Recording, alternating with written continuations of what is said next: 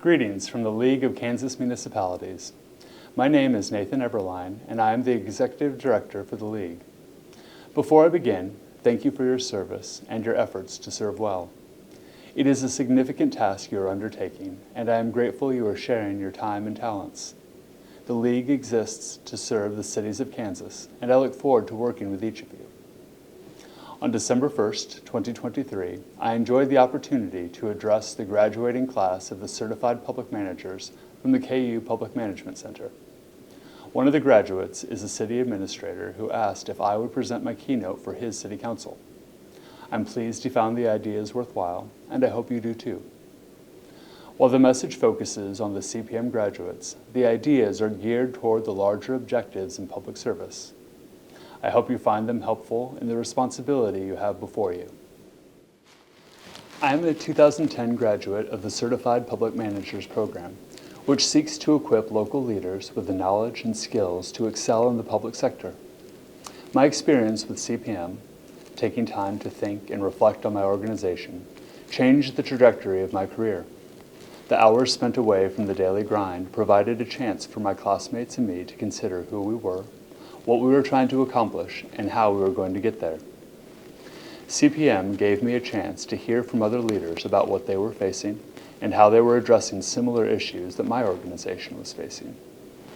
The value of stepping away from the daily work to focus on the bigger picture is a lesson that has stuck with me for the past 15 years, and I hope it is equally ingrained in your minds. In fact, if you take nothing else away from my message today, please lock this in. Take time to learn, reflect, and exchange ideas with other leaders. Block time in your schedule, be it days or hours, to step away from your daily responsibilities and make sure that your target is clear. You need this time to make sure the daily tasks are moving you, your team, and your organization in the right direction. Treat that time with care and guard it selfishly. I specifically encourage you to guard it selfishly because the rest of what you do in the public sector is the very opposite of selfish. At its very heart, public service is selfless. And I'd like to speak on two particular virtues today. As you embark in the next stage of your careers in public service, I want to share with you some thoughts on the importance of meekness and humility in leadership. These are not just virtues, they are essential skills for effective leadership. When we are meek and humble, we are able to create a more positive and productive work environment. We are also able to build stronger relationships with others, which is essential for achieving our goals. So, are there any of you out there who are hoping I'd read from a dictionary today? Anyone? Well, while I am definitely a word guy, I promise I won't be spending too much time looking at these words. Yet I want you all to think about the word meekness. Think for a second about what that word means to you. And then I'm going to read a brief translation from the Greek word that evolved into meekness. Got it in mind? This difficult to translate root, pra, means more than meek. It does not mean weakness, but rather strength under control, power without undue harshness. I'll wager that strength under control is likely a much different idea of what meekness means when thinking about the gentle lamb imagery that many of you likely pictured. Meekness is the ability to wield power with restraint. Meek leaders are not pushovers. They are simply wise enough to know that force is not always the answer. They are able to see other perspectives, to listen with empathy, and to find common ground. I will encourage each of you to embrace a posture of meekness. While your particular role or even your particular organization may not seem on its face like a very powerful entity, take a moment to consider the larger picture. If you work for a city, your organization has some obvious power elements, like charging and prosecuting crimes. But more broadly, there is a societal dependence that the cities will clear the snow or come running if there is a fire or other emergency. Many cities oversee wastewater treatment and other essential services. While they may seem like basic functions, think how sideways your community goes if these functions don't happen. The same is true at the county, state, and federal level. The core functions that so many people take for granted are critical pieces for community to emerge. So when you are providing direct service to citizens or leading a team that is serving, I'll encourage you to take up the mantle of meekness as the first step to serving and leading well, because it connects strongly to my second point. If you read pop culture leadership books, you will likely find phrases like take risks, think big, and seize opportunities. Yet, I would challenge each of these ideas with the more powerful message to be humble. Humility is a companion virtue to meekness, and it may be even more essential.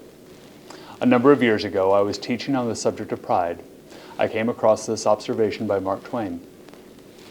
When I was a boy of 14, my father was so ignorant I could hardly stand to have the old man around. But when I got to be 21, I was astonished at how much the old man had learned in 7 years. I expect and hope that many of us experience that same realization ourselves with our own parents or elders somewhere along the way. But the only way it happens is with humility. When we think that we have the answers or have things figured out, the effect is to stifle curiosity and hinder our capacity to draw wisdom and insight from others, particularly those with differing views.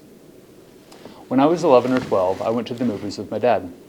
Before the show started, he leaned over to me and said, "Nathan, there's going to be a time not too long from now when you're not going to want to go to the movies with me.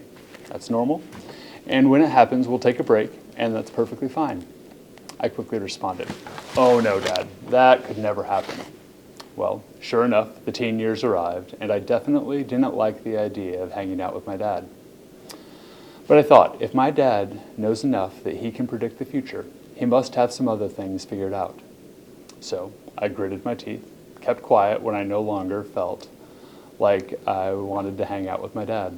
I was still a teenager after all, so I couldn't just tell my dad he was right. I just made sure to listen carefully to his teaching.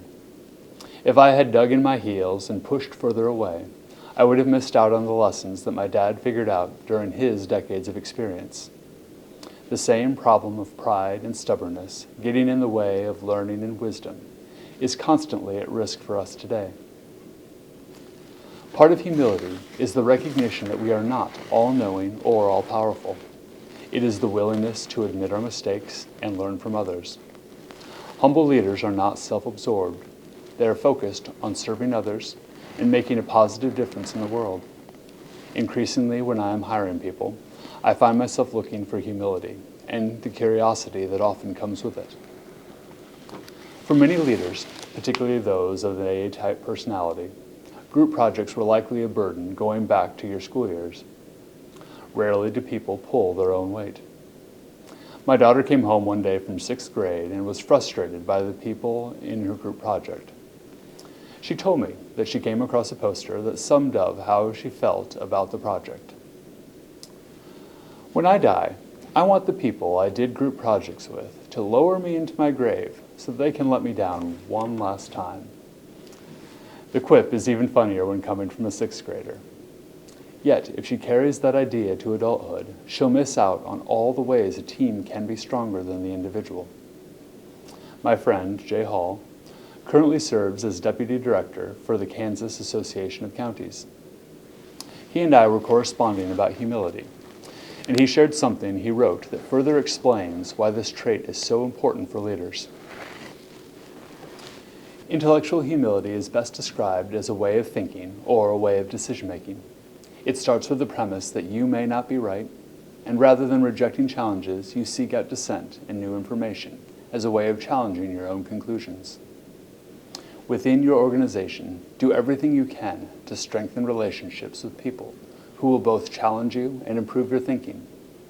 But to truly draw upon the learning and experience of others, even if humility isn't in your nature, you can start practicing the skill by asking questions. Curiosity to know more and asking questions to better understand others goes a long way to improve your own knowledge base and place yourself in the best position to learn. Humility is essential to be a continuous learner. Meekness and humility are essential qualities for public servants. They are the foundation of good governance, which is built on trust, respect, and cooperation. Intellectual humility is best described as a way of thinking or a way of decision-making. It starts with the premise that you may not be right, and rather than rejecting challenges, you seek out dissent and new information as a way of challenging your own conclusions. Within your organization, do everything you can to strengthen relationships with people who will both challenge you and improve your thinking.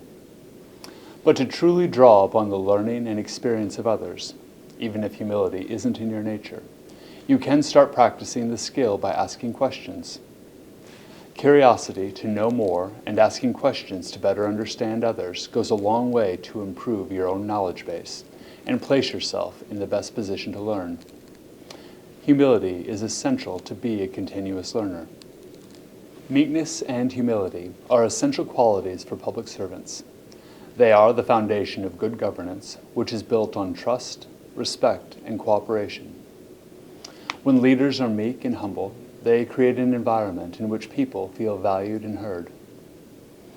Embracing meekness and humility cultivates a collaborative and problem-solving environment, ultimately leading to enhanced outcomes for all.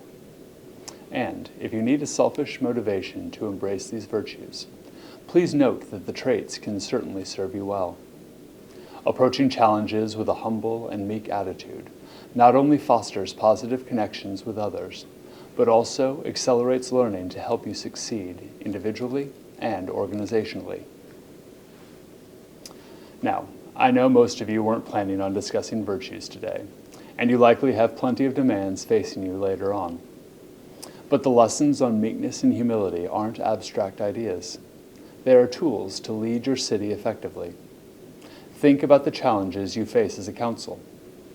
Balancing varied needs, making critical decisions with limited resources, navigating disagreements, and building consensus. In this complex landscape, wielding power with restraint, meekness, and approaching your role with an open mind, humility, will be essential skills at every turn. In our loud and ever-changing world that is so often dominated by bombast and ambition, remember that meekness is not weakness, and humility is not a lack of confidence. They are core values that nourish effective leadership and meaningful change. I hope we can all commit to leading with a spirit of meekness to wield power wisely and embrace humility to continuously learn and improve. As you take up the mantle of leading your city, remember these virtues. Let them guide your interactions, discussions, and decisions. By leading with humility and meekness, you won't just be governing a city, you'll be building a future where everyone feels included, empowered, and part of something bigger than themselves.